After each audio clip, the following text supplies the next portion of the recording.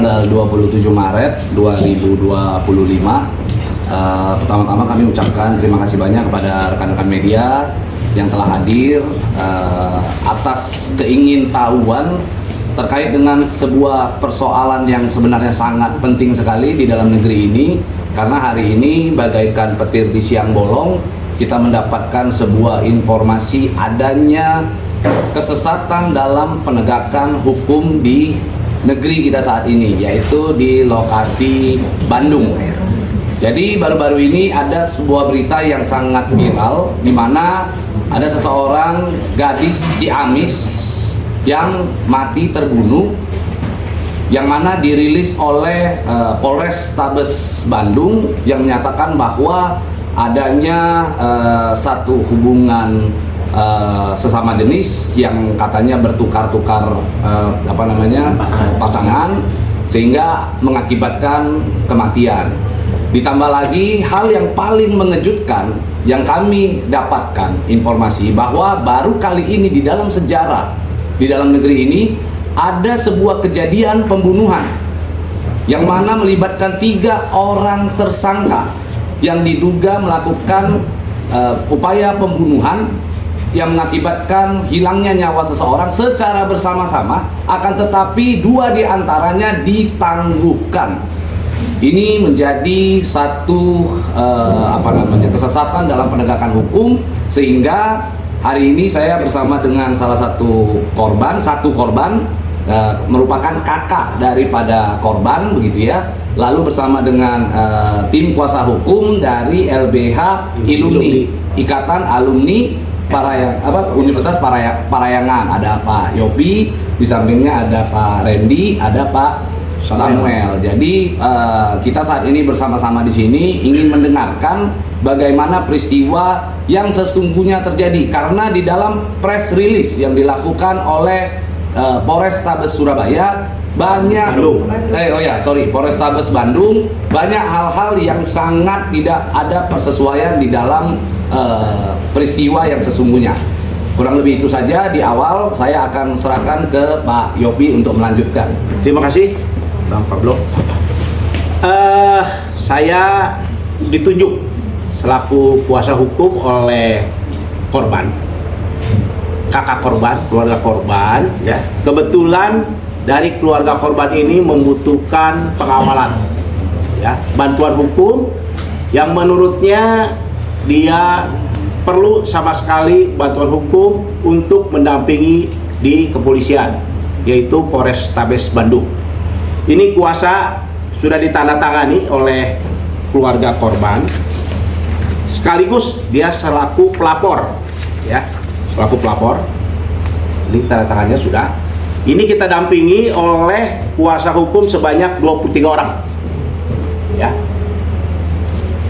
Nah, kemudian pelapor sudah melaporkan kejadian dugaan tindak pidana pembunuhan ini, ya, yang dilakukan sebagai pelapor adalah saudara korban, kakak korban, yaitu Hani Yuliani, ya, yang sudah dilaporkan pada tanggal 10 Maret 2025. Ya, ini sudah ada laporannya, ya.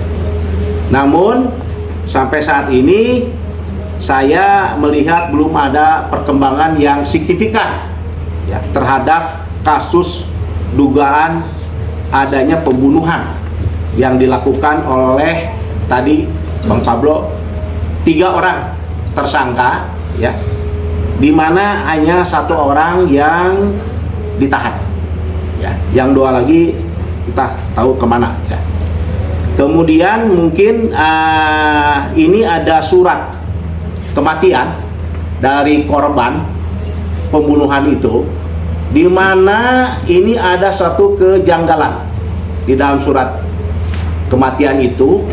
Di sini dikatakan bahwa sebab kematian itu salah satunya adalah bukan penyakit menular. Padahal menurut saya ini sudah jelas, ini adalah adanya dugaan tindak pidana pembunuhan. Ya, ini yang dikeluarkan oleh Rumah Sakit Salamun. Mungkin yang untuk lebih jelasnya nanti kronologis akan disampaikan oleh saudara rekan saya Randi, silakan. Oke, baik. Terima kasih Pak Yopi Gunawan. Baik, selamat malam rekan-rekan media. Izin, ini sedikit melengkapi. Betul tadi apa yang dijelaskan rekan senior saya Pak Yopi Gunawan, bahwa ada dugaan tindak pidana pembunuhan di Kota Bandung, tepatnya itu di wilayah Coblong atau yang dikenal itu wilayah Gandok kalau di Kota Bandung ya, itu dekat Cimboloid, yang mana singkat cerita pada tanggal 8 Maret 2025 itu ada empat orang wanita yang berkawan nih, ya kan? 4 wanita yang berkawan, lalu mereka ini ada di dalam satu ruangan, di dalam satu ruangan kosan, ya, yang mana saat salah satu ini namanya Dibo, ya.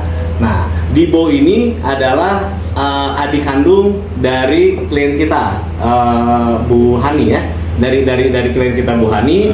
Nah, Dibo ini berpamitan saat malam itu tanggal 7 ya, tanggal 7 malam itu berpamitan setengah 9 bersama Nona F ya, berpamitan bersama Nona F dari rumahnya untuk bermain atau mengunjungi tempat kos-kosan F gitu loh, yang mana saat itu di kos-kosan itu sudah ada terduga pelaku C dan terduga pelaku A yang saat ini ditahan di Polrestabes ini hanya terduga pelaku A, begitu loh ya. Sementara ada 4 orang di sini yang di dalam satu kamar. Dalam satu kamar 4 orang terjadi peristiwa pembunuhan, namun hanya satu yang ditahan, begitu ya. Lalu singkat cerita, ketika sudah berpamitan, subuh-subuh kakak korban ini mendapat berita dari F bahwa korban sudah kesulitan bernafas dan korban saat itu sudah berada di rumah sakit Salamun gitu loh. Saat didatangi, ditanya oleh kakak korban, ini kenapa Dibo bisa begini ya. Di situ kakak korban melihat ada luka tusuk di leher, itu vital ya, itu vital di leher. Lalu penjelasan dari terduga 3 pelaku ini adalah Dibo ini dibegal katanya, begitu loh, dibegal. Nah, lalu kakak korban ini datanglah dengan rekannya kakak korban yang satu ke Salamun untuk mengecek, dan mereka tidak percaya adanya dugaan pembegalan itu, gitu loh, ya kan, sehingga mereka melakukan pengecekan ke kos-kosan. Lalu ada banyak tapak darah, lalu banyak juga hasil darah yang sudah dibersihkan oleh kakak korban, gitu. Nah, singkat cerita, mereka kembali lagi ke rumah sakit sambil menunggu ambulan jenazah untuk kepulangan ke Ciamis. Nah, sekitar jam 10 pagi tanggal 8 itu mereka kembali ke Ciamis lalu dimakamkan beserta ketiga tersangka ini pun juga ikut, Bu, karena untuk bertanggung jawab kepada keluarga korban, gitu ya. Nah, saat ketiga terduga pelaku ini ikut di Ciamis, kakak korban ini melarang untuk pulang ke Kota Bandung dengan alasan nanti saja pulangnya bareng kakak korban. Itu tanggal 8 sekitar jam 10 pagi ya, Teh ya. Sekitar jam 10 pagi ya. Sekitar jam 10 pagi itu sampai di Ciamis, dimakamkan, lalu menginaplah singkat ceritanya ketiga terduga pelaku ini di rumah keluarga Dibo di Ciamis. Dalam malam pertama menginap itu terjadilah nih, ini yang bisa mengungkap kenapa sampai A ini ditahan kepolisian ya. Singkat cerita, pada tanggal 9 pagi ketiga orang yang menginap di rumah keluarga Dibo ini, dia datang ke kamar kakaknya Dibo. Mereka semua datang dengan menangis dan mengaku bahwa A lah ini pelaku pembunuhannya, gitu loh ya. Bahwa A ini pelaku pembunuhan, meminta maaf kepada keluarganya, lalu keluarga besarnya datang semua di situ, gitu. Ketika keluarga besarnya datang semua di situ, mereka laporlah ke pihak RW lapor ke Polsek saat itu Cihaurbeunti ya kalau nggak salah ya, ke pihak Polsek, lalu limpahlah ke Polres Ciamis. Dan dari Polres Ciamis, karena ini lokus dan tempus atau tempat kejadian perkara pembunuhannya ini di wilayah Kota Bandung, maka berkoordinasilah Polres Ciamis dengan Polrestabes Kota Bandung begitu. Singkat cerita, Polrestabes Kota Bandung menjemput mereka ke ketiga-tiganya untuk dilakukan proses hukum di Mapolrestabes Kota Bandung begitu ya. Nah, yang menjadi kejanggalan-kejanggalan di sisi kami selaku penasihat hukum ini, yang pertama itu kakaknya korban itu melihat bahwa handphone korban saat di rumah sakit itu ada di tangan F. Namun sampai saat ini handphone korban itu belum ditemukan di mana. Gitu loh. Saat diklarifikasi, saat ditanya pun juga ke F tidak mengaku gitu bahwa si handphone korban ini ada di F. Sementara sewaktu di rumah sakit ditanyanya handphone korban dilihat ya, ya. Teteh lihat sendiri ya? Iya. Lihat sendiri. Oke. Nah, itu kejanggalan yang pertama. Yang kedua, seperti dijelaskan oleh rekan senior kami, Pak Yopi Gunawan, ada 2 lagi tersangka yang tidak ditahan. Berdasarkan press release dari Polrestabes Kota Bandung, 2 tersangka yang tidak ditahan ini kasusnya adalah merintangi penyidikan. Ini yang menurut hemat kami, ayolah pihak kepolisian, ayo kita sama-sama transparan. Ayo kita sama-sama bahu-membahu demi terangnya perkara ini. Kami siap support, kami siap satu halaman dengan pihak kepolisian. Yuk kita kumpulkan pasal-pasal yang sedang berserakan gitu loh. Karena ini kejadian tanggal 9, datang ke kami pun tanggal 19 begitu ya. Sehingga ya kami selaku kuasa hukum hanya bisa berbicara masalah data. Begitu loh. Bahan-bahan keterangan itu pun juga kami kumpulkan atas pengakuan-pengakuan si korban, atas pengakuan-pengakuan terduga pelaku. Itu pelaku C itu membuang barang bukti. Pisau yang dipakai untuk menusuk itu dibuang di daerah Taman Sari, Kota Bandung. Itu diakui langsung oleh C. Dia yang bawa motor berdua sama A, begitu loh, ya kan? Setelah diselidiki, ini kan awalnya di preskon itu tentang tukar menukar pasangan. Ini mohon maaf, saya harus bilang keempat-empatnya ini wanita. Sekali lagi keempat-empatnya ini wanita, gitu loh, ya kan? Memang ada hubungan romansa antar mereka, gitu ya. Ada hubungan romansa antar mereka sehingga penyebab berdasarkan pengakuan si terduga pelaku ini adalah ada hasil texting atau hasil chatting antara korban dengan F yang menjelek-jelekan pelaku A yang sekarang ditahan di Mapolrestabes, gitu loh, ya kan. Namun tetap pertanyaan kami adalah kenapa ini ada 3 pelaku hanya 1 yang ditahan, begitu. Ayolah kita sama-sama buka apa yang bisa kami bantu demi terungkapnya, demi terang benderangnya kasus ini, gitu loh, ya. Dan kami juga mendapatkan bahwa korban ini juga belum diotopsi. Kami mendorong pihak kepolisian, kami mendorong teman-teman penyidik, ayo kita bersama-sama lakukan dulu ekshumasi, ya, karena ini korban ini meninggal dengan cara yang tidak wajar menurut kami, gitu loh. Dan sudah jelas sesuai dengan press release-nya pihak Polrestabes bahwa korban ini meninggal karena dibunuh, ya. Ayo coba kita lakukan ekshumasi, gitu loh, dan kumpulkan juga saksi-saksi lainnya. Ketika kuasa ini datang ke kami, yang pertama kami lakukan adalah melakukan gelar internal. Kami lakukan gelar internal, lalu kami lakukan investigasi mandiri. Ketika kami lakukan investigasi mandiri, kami menemukan tiga orang saksi yang belum diperiksa oleh pihak Polrestabes, yaitu Tuan O, Nona O, dan Tuan H. Tuan O dan Nona O ini mereka yang membantu mengangkat korban sewaktu terjadinya pembunuhan pada tanggal 8 dini hari, gitu ya. Tuan H ini adalah pemilik dari kos-kosan. Mereka tiga-tiganya belum diperiksa. Kami tanya langsung waktu di lapangan, gitu. Mungkin itu yang dapat saya jelaskan, Pak Pablo. Ada yang mau ditanya dari teman-teman media? Bang, berarti motifnya apa, Bang? Iya, Bang, berarti motifnya apa, Bang? Kalau motif Saya mau tanyakan gini, Bang. Pertama, ini si Bang Siur satu katanya mabuk-mabukan. Ada miras di situ. Itu yang pertama. Yang kedua, pengiringannya adalah isu begal yang diteakan. Tapi di sini tadi saya searching segala macamnya itu ada luka tusukan dan di dalam kos-kosan. Bisa dijelasin nggak bang? Itu seperti apa sebenarnya? Iya, jadi kalau tadi ada pertanyaan juga, apakah motifnya? Nah, ini yang memang kami pertanyakan kepada pihak penyidik karena berdasarkan press release dari Polrestabes Bandung yang menyatakan bahwa adanya indikasi tukar menukar pasangan. Sementara pada saat pengecekan pertama, pada saat jenazah dicek ya Teh ya oleh bidan dan lain-lain, ditemukan bahwa Dibo almarhum itu masih keadaan perawan, betul ya? Ya, masih perawan dan tidak pernah melakukan hubungan-hubungan yang terlarang di dalam norma-norma agama.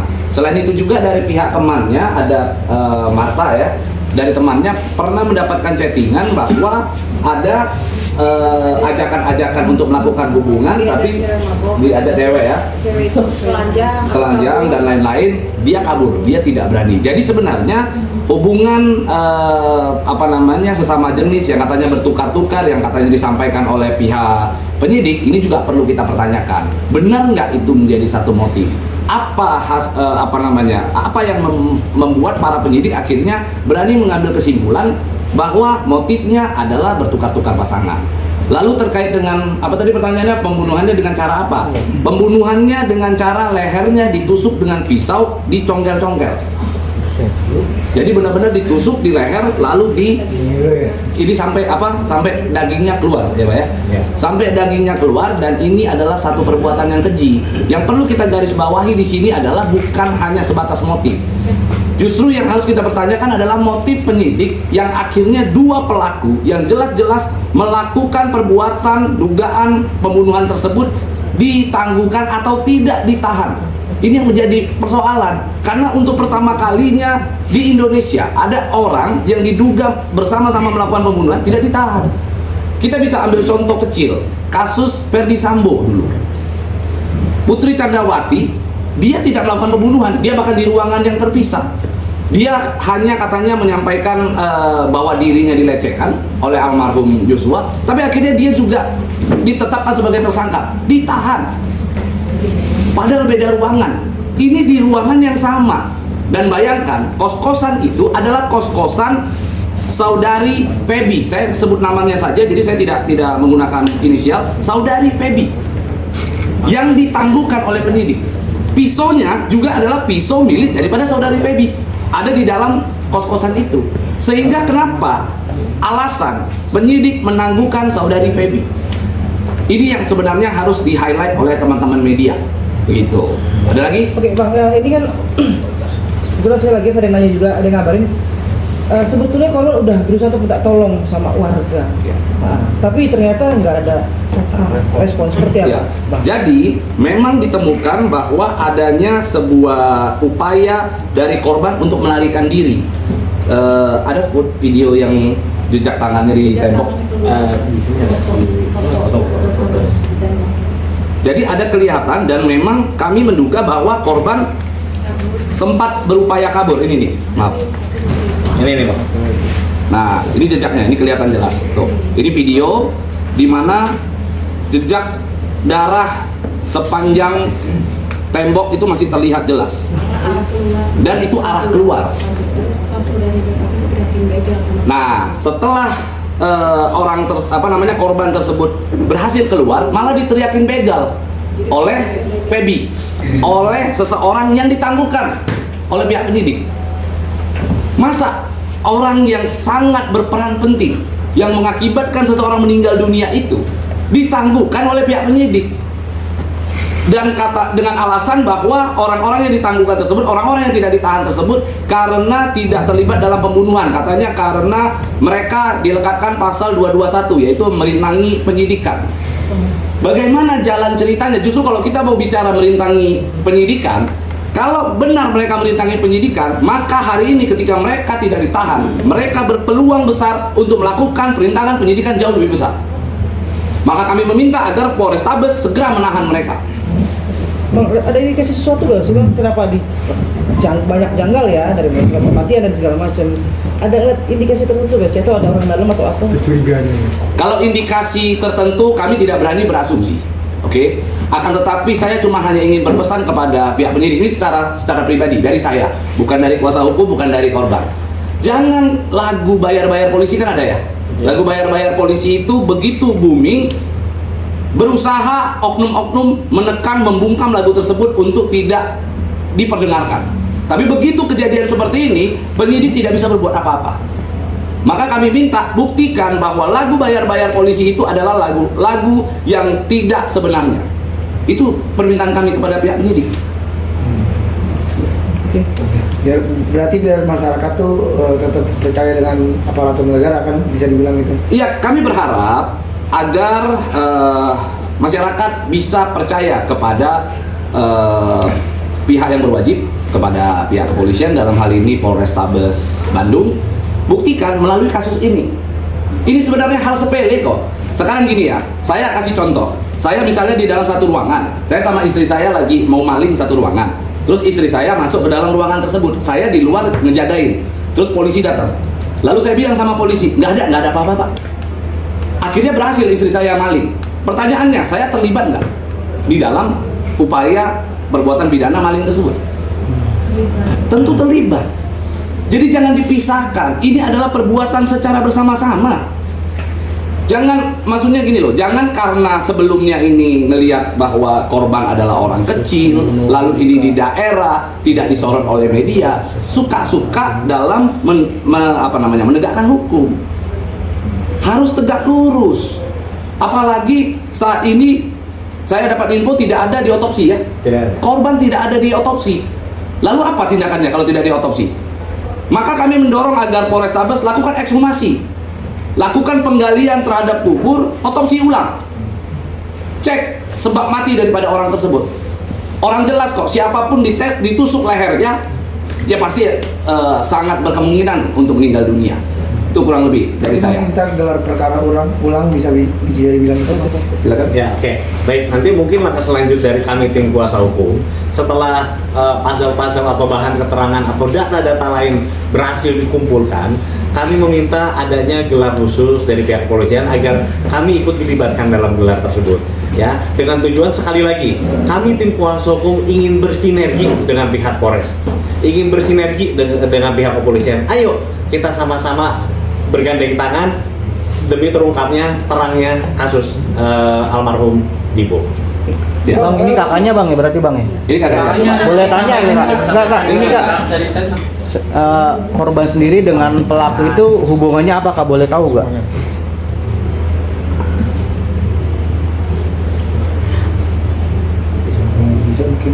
Baby itu emang teman dekatnya sama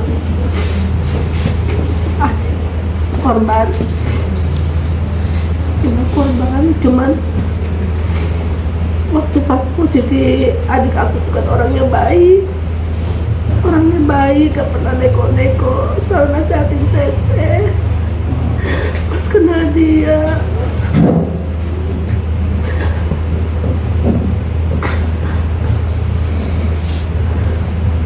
Oke, mungkin mohon izin ya teman-teman ya, karena klien kami pun juga saat ini masih dalam masa kedukaan. Izin mungkin kami bantu untuk menjelaskan bahwa memang betul dari keterangan dari klien kami bahwa F ini ada hubungan spesial dengan korban, gitu ya, dan C ini ada hubungan spesial dengan A. Gitu bahan keterangan yang bisa kami berikan. Berarti ada mungkin faktor cinta segitiga atau gimana, ada kecemburuan atau ke arah situ Bang, mungkin Bang?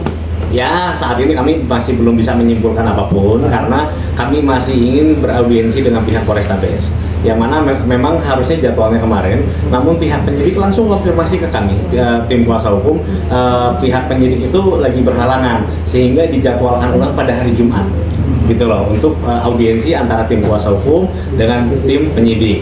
Kami harap dan kami rasa tim penyidik pasti bisa bergandengan tangan dengan kami demi terungkapnya kasus ini ya, Pak Direktur ya.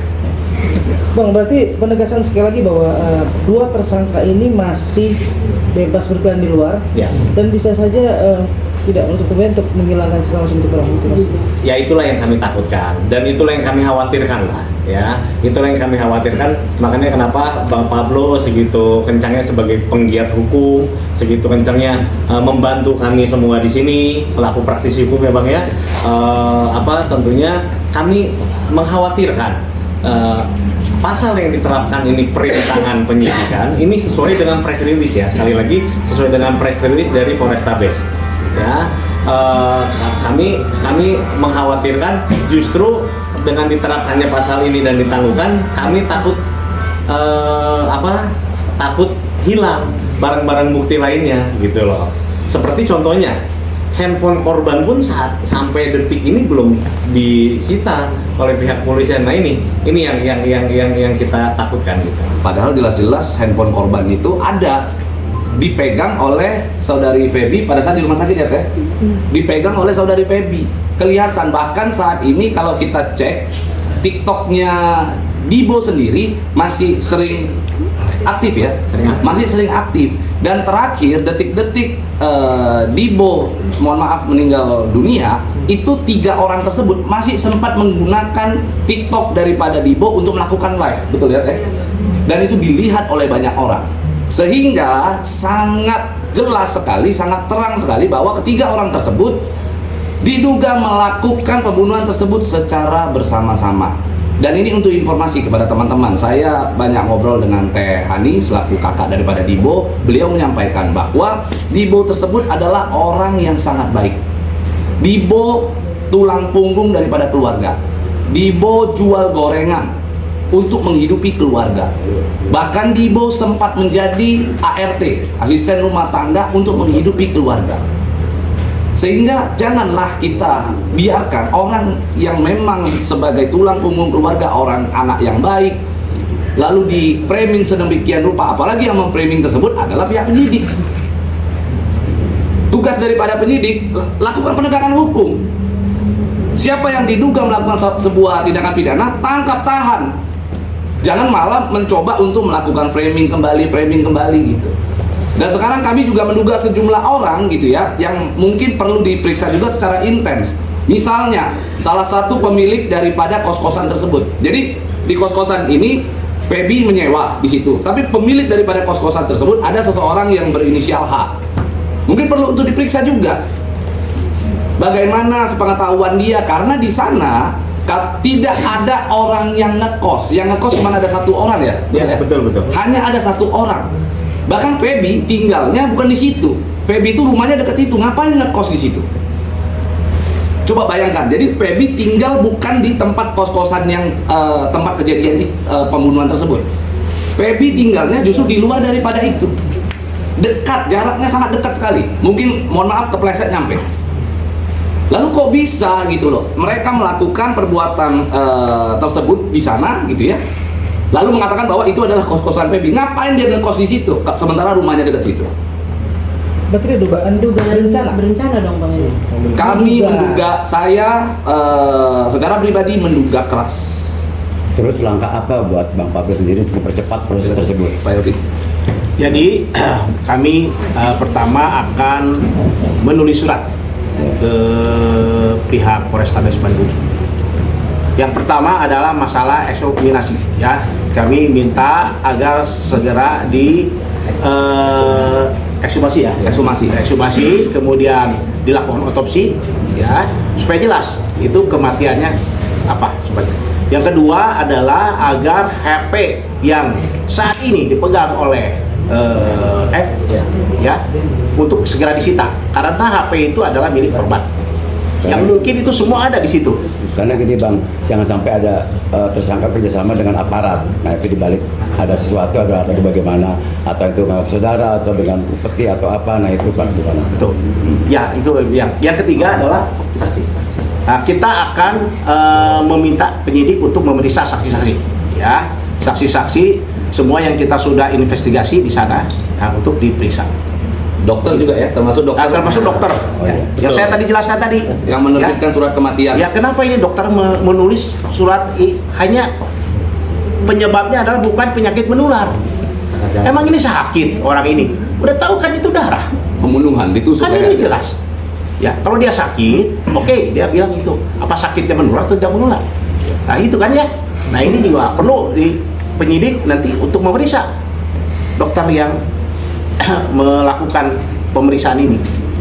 Bang, pelaku psikopat apa gimana Bang? Serem juga cara ngebunuhnya Bang.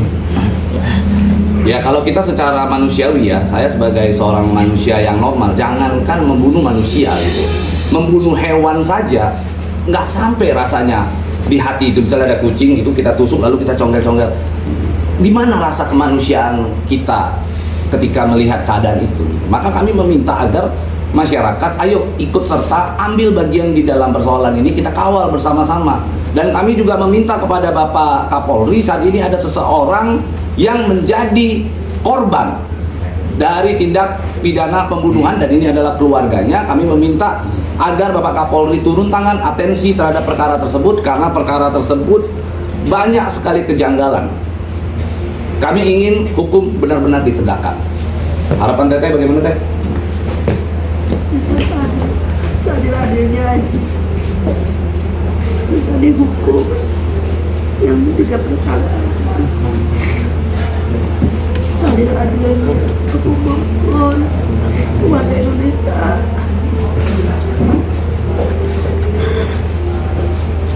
aku tahu adik aku dia orang baik, nggak pernah macam-macam, nggak pernah minum, nggak pernah obat-obatan.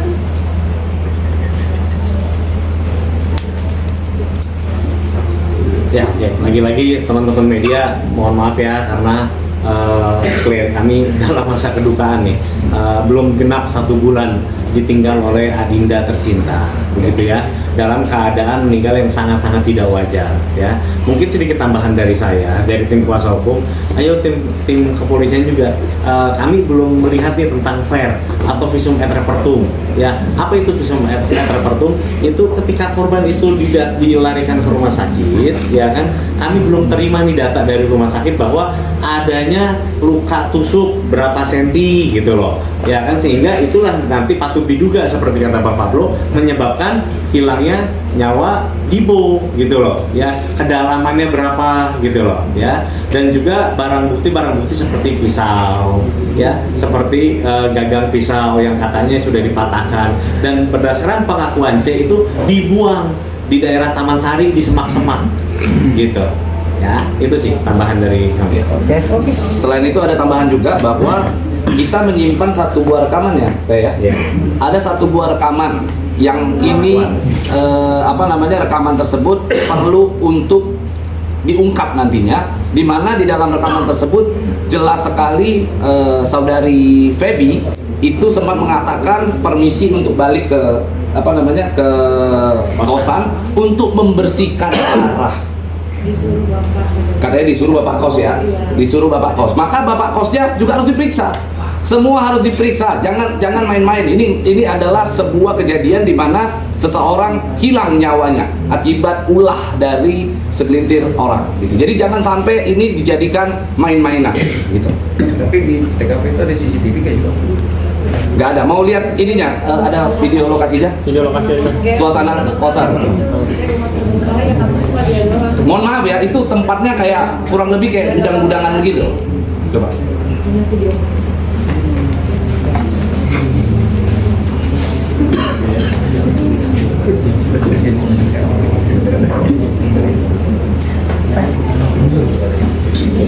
Mungkin izin saya menunjukkan sedikit lokasi dari jalan saja karena ini kan ada polis lain. Kami tidak berani menerobos ke dalam, ya. Kami hanya sampai ke pagar. Ini sekitar 2 menit.